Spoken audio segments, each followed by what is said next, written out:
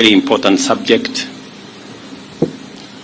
and it speaks to the gravity of what we have to deal with, especially in the context of the losses to families, to the country, on what happens in our roads. Transport systems play an indispensable role in economies, serving as critical networks for economic vibrancy, productivity, and competitiveness. With the continuous growth of our economy, the demand for road transport also rises, and indeed, over 90% of goods and services rely on road transport wholly or significantly. The bottom-up economic transformation agenda identifies infrastructure as the fundamental enabler of productivity, and consequently, the development of a dense network of good quality roads throughout the country is a priority. Safe roads and safe road use by all stakeholders are critical to maximizing the efficiency and other gains from our road network. Although increased economic activity must inevitably result in higher usage of road network and pose a higher risk of accidents, concerted action can keep the actual incidence of crashes and resultant injuries low. We have witnessed a higher frequency of road crashes in many parts of our country, and especially in our road network, leading to fatalities and serious injuries, besides other forms of loss and damage. The factors driving this concerning rise in these incidences are many, and often involve a combination of low road capacity, poor maintenance of both roads and vehicles, low enforcement of traffic rules, and reckless behavior by motorists, passengers, and pedestrians. Abuse of drugs and alcohol, unqualified drivers, low awareness of traffic rules, and lack of consideration for others all contribute to high-risk road behaviors which endanger perpetrators as well as innocent road users. There has been an appreciable increase in investment in the development of our road network, both in terms of coverage and quality. Even as we continue to extend the reach of our roads, we recognize the urgent need to take efficient action to radically enhance road safety and drastically reduce the frequency of road crashes, fatalities, and injuries. To succeed, such action cannot be unilateral. Rather, road safety must be understood to be the outcome of consistent collaboration between various actors in the public and private sector, civil society organizations, the media, development partners who are present here, actors in the whole of this space, and I have been privileged to listen to many people who have very positive contributions to make to tame this menace. In the public sector, our justice, law, and order agencies must coordinate the sustained, robust law enforcement by ensuring that offenders are detected, apprehended, prosecuted, punished swiftly and transparently. Corruption is an enabler of impunity and a significant contributor to road carnage. We all know how the contribution of corruption aids overspeeding, reckless driving, drunk driving, and allows those who commit these crimes to escape because they can bribe their way through our system. Road users, especially the private sector transport operators, as well as the motoring community, also have a duty to comply with the Traffic Act and every road safety requirement without seeking shortcuts. Evading inspection, neglecting motor vehicle safety maintenance, reckless behavior on the road, and paying bribes to avoid accountability are serious forms of contributory misconduct which must be dealt with. The media and civil society also have a role to complement public and private sector efforts to provide training, education, and awareness with regard to responsible road behavior and promoting a safety culture based on consideration for the convenience and welfare of other people. We have been informed that we all know what needs to be done. We all know that the largest contributor to road carnage is overspeeding, reckless driving, drunken driving. The numbers have not been coming down. The numbers have been going up. Every year, the numbers are going up. Waziri and your team, the numbers have to come down.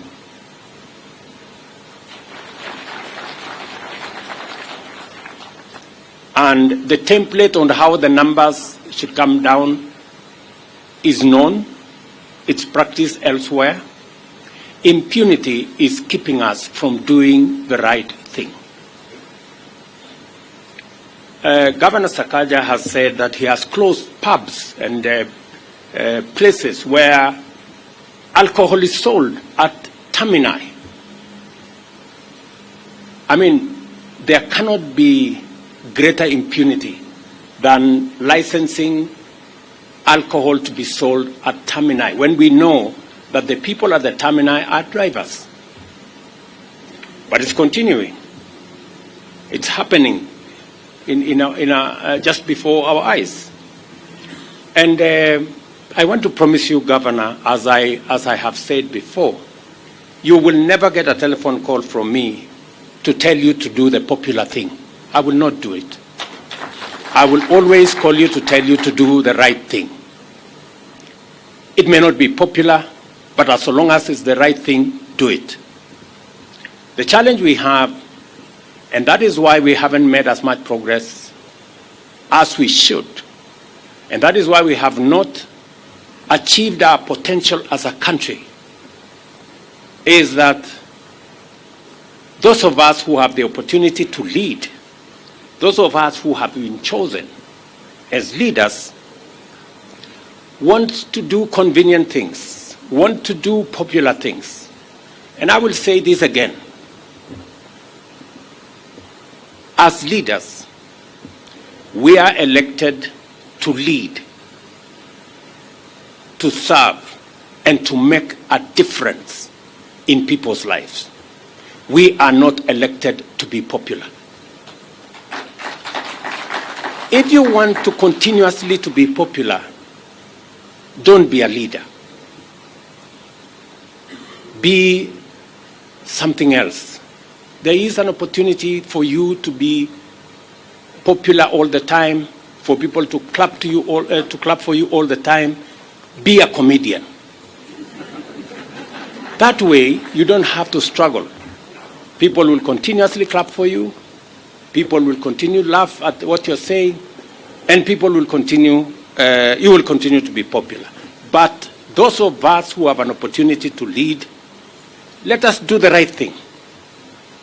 It may not necessarily be popular, but the right thing will get us to the right place. And we will never go wrong by doing the right thing. And therefore, as we launch this program and this action and this strategy, we must be focused on results. We must be focused on results. And the results will be the numbers to come down. The target, as was said by the chair, is to cut down by 50%. I will be looking out for the 50%. Everything in between, you have my support, you have the support of this administration to do it. But the people of Kenya will be focused on results. I too will be focused on results. And as Waziri has said, we have negotiated with friends. I want to thank many friends who support us in development of our infrastructure. The ambassador of EU has said EU has been a great partner, together with others, in developing our infrastructure, road infrastructure in Kenya. They are also willing to partner with us on matters road safety. I expect greater collaboration between the traffic department of the police and the NTSA. There has been some disconnect, sometimes competition between these two agencies. Mr. IG, Mr. DG, please, I expect greater collaboration so that we can see results coming down. I also expect greater participation by the public. All of us, every road user, pedestrian, driver, passenger, private sector, traveling in public transport, our children, all of us must be conscious about the dangers that lurk behind road using. And therefore, it is my expectation that we will be the administration that will finally deal with this challenge. We have 20,000 people in hospital because of different kinds of accidents on the roads. We're spending a colossal amount of money trying to treat them and to take care of them. Families are losing breadwinners, children, mothers, fathers, relatives, and it is devastating. And therefore, the collaboration that is required, and I am very happy that we have members of parliament here.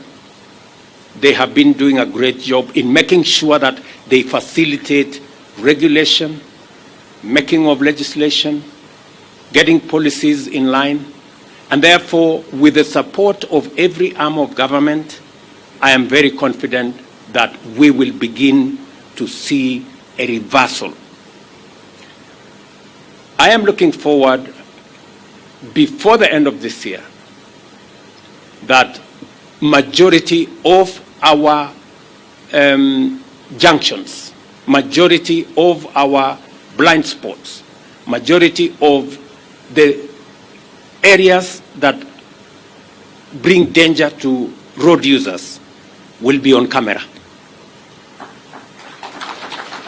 We have discussed, we have talked about instant fines for a very long time. Waziri, please, instant fines, 90 days is too much time for you to wait. Let's do it so that we can get everybody behaving because they know somebody is watching them. It is therefore proper and fitting that we all demonstrate our commitment to road safety through concerted efforts, collaborations, and partnerships, as well as a sustained campaign to enhance infrastructure design, intensify awareness of campaigns and civic education, strengthen law enforcement, and support in the entrenchment of a national culture of safety and responsible road behavior. The launch of the National Road Safety Action Plan is a good starting point for our coordinated multi-sectoral endeavor to improve road safety in our entire road transport system. I expect government ministries, departments, and agencies to lead this effort through a multi-agency framework to steer the implementation of this plan and ensure that public sector provides a model for road safety.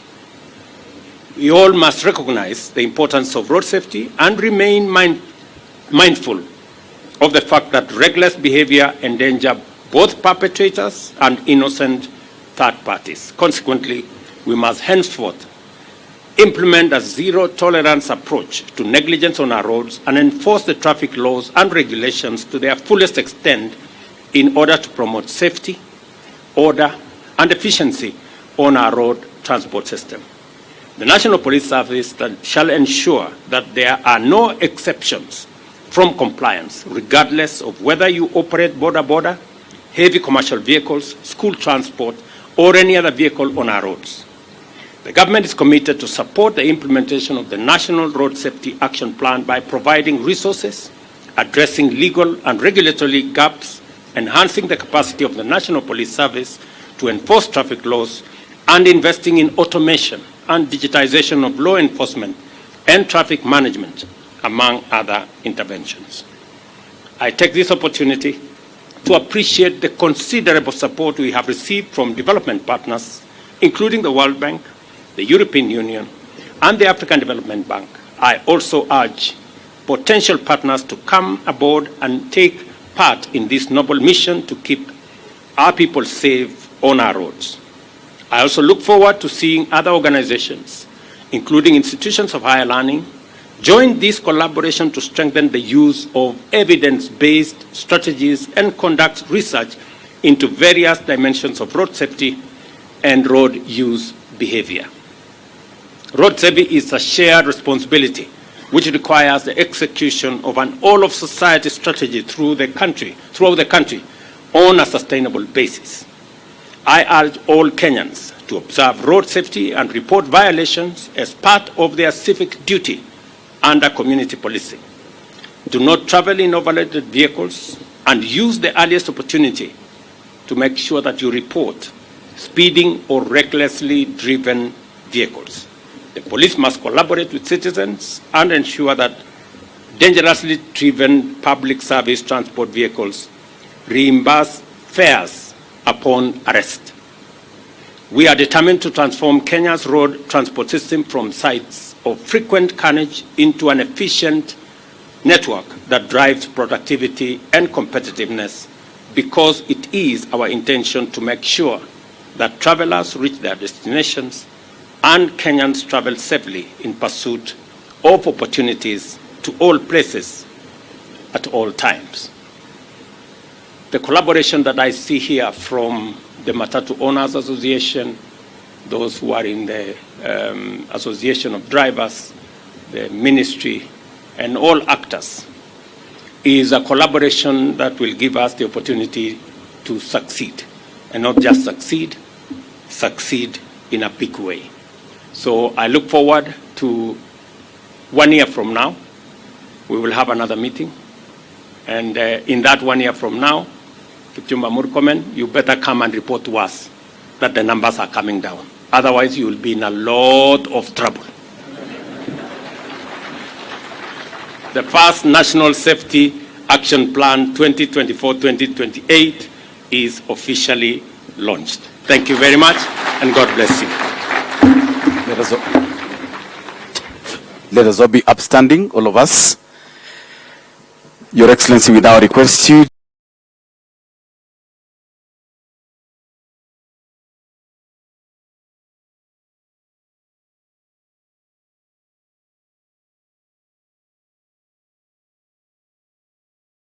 to help us launch the